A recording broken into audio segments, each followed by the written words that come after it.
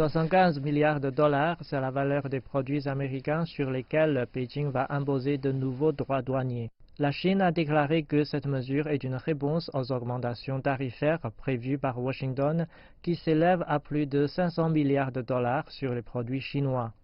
Les droits de douane de 5 à 10% imposés par la Chine s'appliqueront à plus de 5000 articles en provenance des États-Unis. Pour la première fois, le pétrole brut a été inscrit sur la liste. D'autres produits vont des petits aéronefs aux produits alimentaires comme le homard congelé.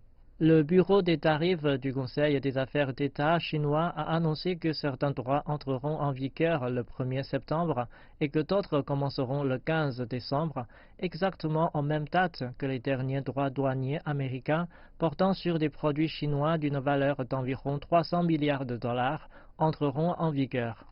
La Chine a ajouté que des droits de douane supplémentaires de 5 et 25% sur les véhicules et pièces automobiles fabriqués aux États-Unis seront appliqués à partir du 15 décembre. Le président des États-Unis, Donald Trump, a réagi par un coup de gueule sur Twitter en augmentant les droits de douane à 30%, soit plus de 250 milliards de dollars de marchandises chinoises, et d'ordonner aux entreprises américaines de se retirer de la Chine et de revenir aux États-Unis. Retour en arrière sur comment cette guerre commerciale a dégénéré. Le coup d'envoi a été donné par Washington en mars 2018 lorsqu'elle a imposé des droits de douane sur les produits d'acier et d'aluminium en provenance de la Chine. Pékin a ensuite riposté avec des droits de douane sur des marchandises américaines d'une valeur de 3 milliards de dollars.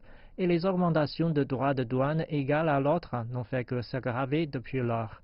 La Chine soutient que les contre-mesures sont une réponse nécessaire à l'unilatéralisme et au protectionnisme américain, mais Pékin tient une branche d'olivier en affirmant que la coopération est le meilleur moyen de résoudre les différends.